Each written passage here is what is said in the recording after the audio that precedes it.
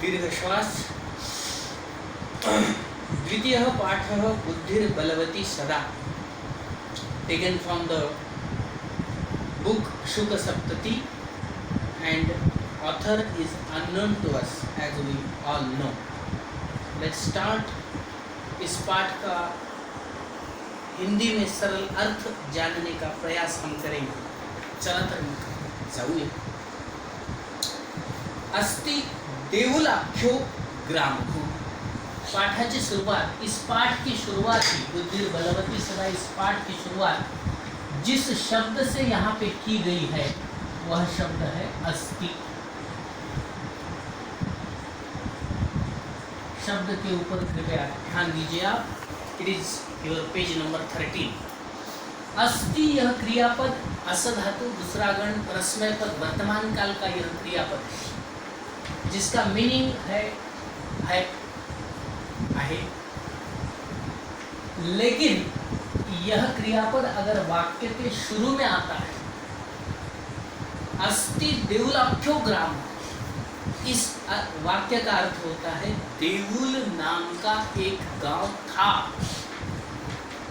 वैसे संस्कृत भाषा में वाक्य रचना करने के लिए सीक्वेंस कंपलसरी नहीं है. इट्स इंग्लिश, मराठी, हिंदी, बाकी भाषाओं में है वैसा. यस प्लस भी प्लस कुछ होता है, subject plus object plus complement etcetera. I eat a mango, you can't say a mango I eat a mango I. लेकिन संस्कृत में अहम आम्रम खादामी, खादामी अहम आम्रम, आम्रम अहम खादामी, meaning remains one and the same. Sequence का कोई महत्व नहीं है यहाँ. लेकिन इस शब्द के लिए, पर्टिकुलरली इस क्रियापद के लिए, यह क्रियापद अगर वाक्य के शुरू में आता है, beginning of the sentence becomes past tense. अस्ति देऊलाख्यो ग्राम, देऊल नाम का एक गांव था. तत्र राजसिंह नाम राजपुत्र वसति स्म, वहाँ पे राजपुत्र रहता था जिसका नाम था राजसिंह. स्म आया है इस सेंटेंस में. स्म यह भूतकाल का दर्शक है, भूतकाल दर्शक अव्यय है. किसी भी वर्तमान काल के क्रियापद के आगे अगर आप इसे स्म को जोड़ देते हो तो वो वाक्य भूतकाल का बन जाता है. जैसे सह गच्छति, वह जा रहा है, ही इज गोइंग, बट सह गच्छति स्म, वह गया था, ऐसा उसका अर्थ होता है, भूतकाल में जाता है वह. तो राजसिंह नाम का राजपुत्र उस देऊल नाम के गांव में रहता था. एकदा केनापि आवश्यक कार्येण तस्य भार्या, एक बार किसी आवश्यक कार्यवश उसकी भार्या माने पत्नी, जिसका नाम बुद्धिमती था, भार्या बुद्धिमती, पुत्र द्वय उपेता, उसके दोनों पुत्रों को साथ लेकर पितुर गृहम प्रति चलिता, अपने पिता के घर के प्रति निकल पड़ी. देखिए, देऊल नाम का एक गांव था, वहाँ पे राजसिंह नाम का एक राजपुत्र रहता था. एक बार उसकी पत्नी बुद्धिमती अपने दोनों पुत्रों के साथ पिता के घर के प्रति निकल पड़ी. This is a story. और मैंने डिक्लेरेशन शुरू में ही किया है, इस कथा की सभी घटनाएं एवं पात्र पूर्ण रूप से काल्पनिक हैं. तो बुद्धिमती जो थी, राजसिंह की पत्नी, वह अपने दोनों पुत्रों के साथ उसके पिता के घर के प्रति निकल पड़ी. माने अपने मायके की तरफ जा रही है, अपने दोनों पुत्रों के साथ में लेकर किसी आवश्यक कार्य हेतु. मार्गे गहन कानने सा एकम व्याघ्रम ददर्श, रास्ते में घना जंगल था. गहन कानन, कानन माने जंगल, अरण्य, वन, विपिन, अटवी, बहुत सारे समानार्थी शब्द है उसके लिए. तो गहन कानने सा एकम व्याघ्रम ददर्श, रास्ते में घना जंगल था और उस जंगल के अंदर, उस जंगल के भीतर उसने एक व्याघ्रम ददर्श, किसी बाघ को देख लिया. जंगल में खुले आम घूमता हुआ वो बाघ उसने देखा. ददर्श, ददर्श यह भूतकाल का ही रूप है जिसे परोक्ष भूत या द्वितीय भूतकाल भी कहा गया. सा व्याघ्रम आगच्छन्तम दृष्ट्वा, अब जंगल में जो खुलेआम घूमने वाला बाघ है उसका तेज जंगल में ही पता चलता है। और जैसे ही उसने देखा, आमतौर पर बाघ देखने के बाद हम लोग क्या करते हैं, हम क्या करेंगे, जो कुछ करना है वो बाघ ही करेगा। लेकिन वो बुद्धिमान थी और बुद्धि का बल ही हमेशा बलवान है, यही हमारी कथा का शीर्षक है। तो उस बाघ को आते हुए देखकर सा व्याघ्रम आगच्छन्तम दृष्ट्वा धार्ष्ट्यात्, बड़े ही धैर्य से, उसने अपना धैर्य नहीं खोया क्योंकि वो बुद्धिमान थी, बुद्धिमती थी।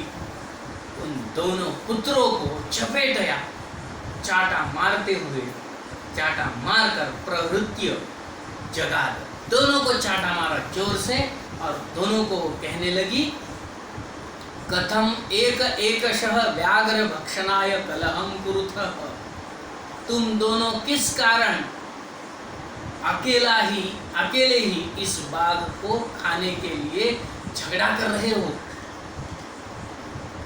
दोनों आपस में झगड़ रहे हो इस बाघ को खाने के लिए, और दोनों भी अकेले ही संपूर्ण बाघ को खा लेना चाहते हो। अयम एकः, ये बाघ तो एक ही है, तावत विभज्य भुज्यताम, तो आप कुछ ऐसा करो, इसको आपस में बांट लो और बांट कर खा लो। पश्चात अन्यः द्वितीयः कश्चित् लक्ष्यते, इसको बांट कर खाने के बाद हम दूसरा बाघ ढूंढेंगे, फिर उसको काट कर खाएंगे, बांट कर खाएंगे। फिलहाल आप दोनों आपस में झगड़ा करना बंद कर दो, ऐसा उसने अपने दोनों पुत्रों से कहा। बाघ के सामने उसने दोनों पुत्रों को जोर जोर से चाटा मारा। यह है हमारी कथा का पहला परिच्छेद। देहुल नाम का गांव था, वहां पे राजसिंह नाम का राजपुत्र रहता था।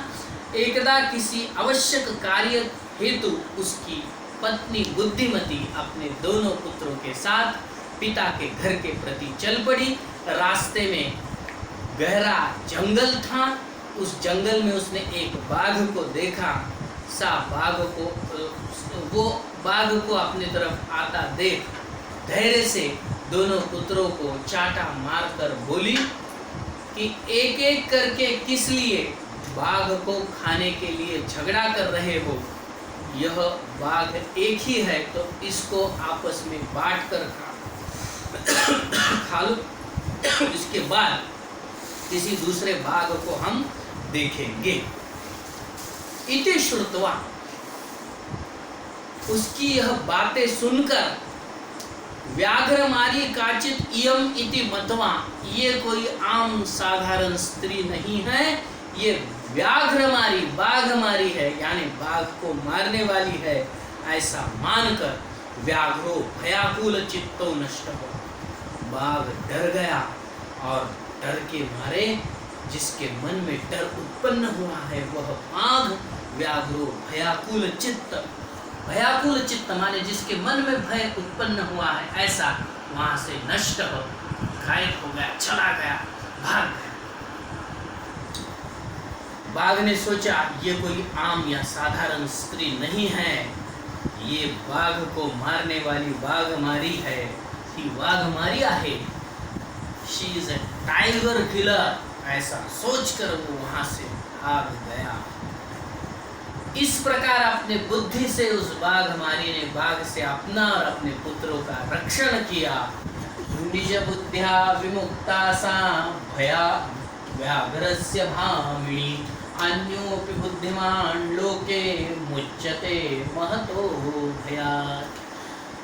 पेज टर्न कीजिए, पेज नंबर 14, और 14 पेज की शुरुआत ही इसी श्लोक से हुई है। इसका विवेचन, श्लोक, अन्वय और अर्थ हमने अपने पिछले भाग में ही देखा है। वह स्त्री अपनी बुद्धि से बाघ के डर से मुक्त हो गई। इस संसार में अन्य बुद्धिमान ही बड़े डर से मुक्त हो सकते हैं, डर से मुक्त होने का सबसे आसान तरीका है अपनी बुद्धि, जिसका इस्तेमाल उस बाघमारी ने किया। भयाकुलम व्याघ्रम दृष्टवा, बाघ डर के मारे कांप रहा था और उस डरे हुए बाघ को देखकर कश्चित धूर्तः शृगाल, कोई धूर्त सियार लुमड़ी शृगाल हसन आह, हंसते हुए बोला, भवान कुतः भयात् पलायितः, आप कहाँ से इस डर कर भाग रहे हो और क्यों भाग रहे हो, आपके भागने का कारण क्या है, किस लिए डर रहे हो। इसके बाद का जो पार्ट है वह हमारे अगले भाग में देखेंगे। तब तक के लिए टेक केयर। जय हिंद, जय महाराष्ट्र।